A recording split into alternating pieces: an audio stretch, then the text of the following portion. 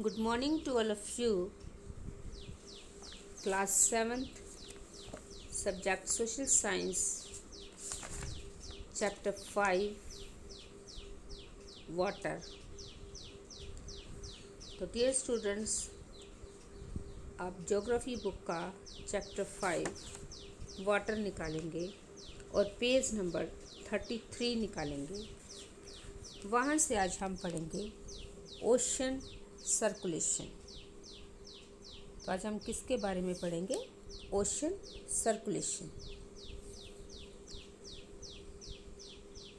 There is something magical about walking bare feet on the sea shore. तो समुद्री तट पर नंगे पैर चलने से कुछ जादुई सी अनुभूति होती है। The wet sand on the beach, the cool breeze, the seabirds, the smell of the salt in the air and music of the waves, everything is so fascinating.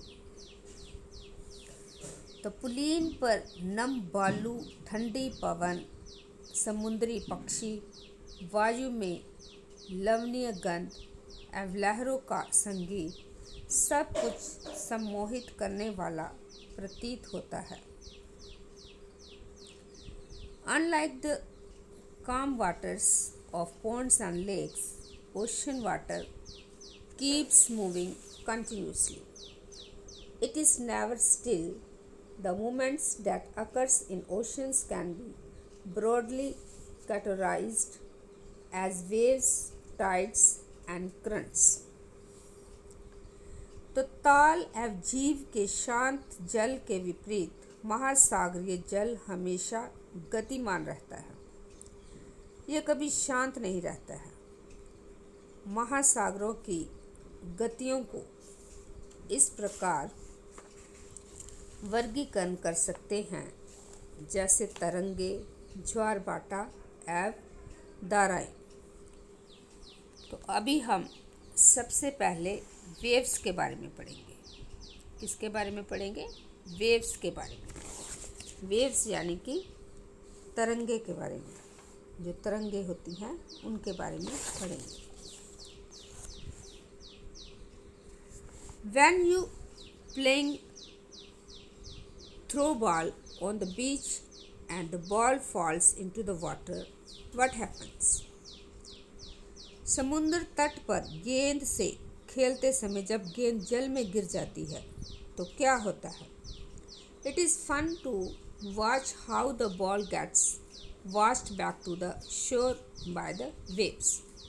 When the water on the surface of the oceans rises and falls alternately, they are called waves.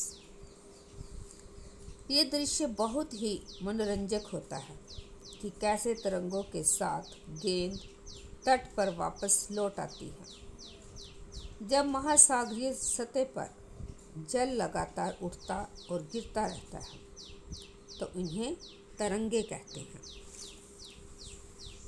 आप इस diagram को देख रहे हैं ना? ये waves की diagram बनाई हुई है।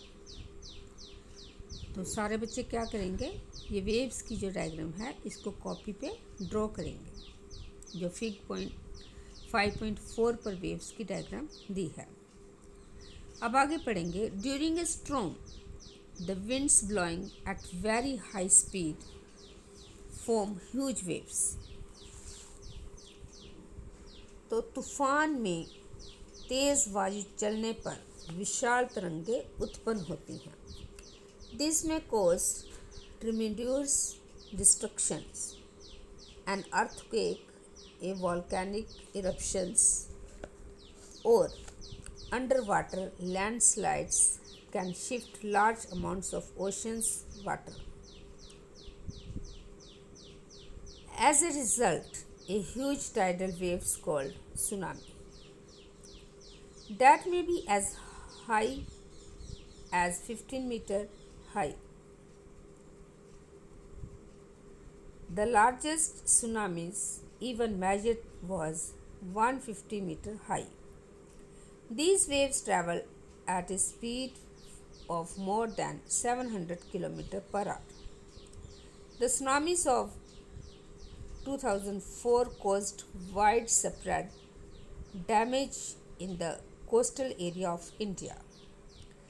The Indira Points in the Andaman and Nicobar Islands got submerged after the tsunamis. तो जैसा मैंने आपको बताया कि तूफान में तेज़ वायु चलने पर विशाल तरंगें उत्पन्न होती है। इनके कारण अत्यधिक विनाश हो जाता है, नुकसान होता है, विनाश होता है। भूकंप, ज्वालामुखी उद्गार या जल के नीचे भूस्खलन के कारण महासागरीय जल अत्यधिक विस्थापित होता है। इसके परिणाम स्वरूप 15 मीटर तक की ऊंचाई वाली विशाल ज्वारीय तरंगें उठ सकती हैं, जिसे सुनामी कहते हैं। अब तक का सबसे विशाल सुनामी 150 मीटर मापा गया था।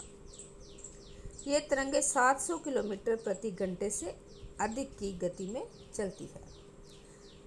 2004 के सुनामी से भारत के तटीय क्षेत्रों में अत्यधिक विनाश हुआ था।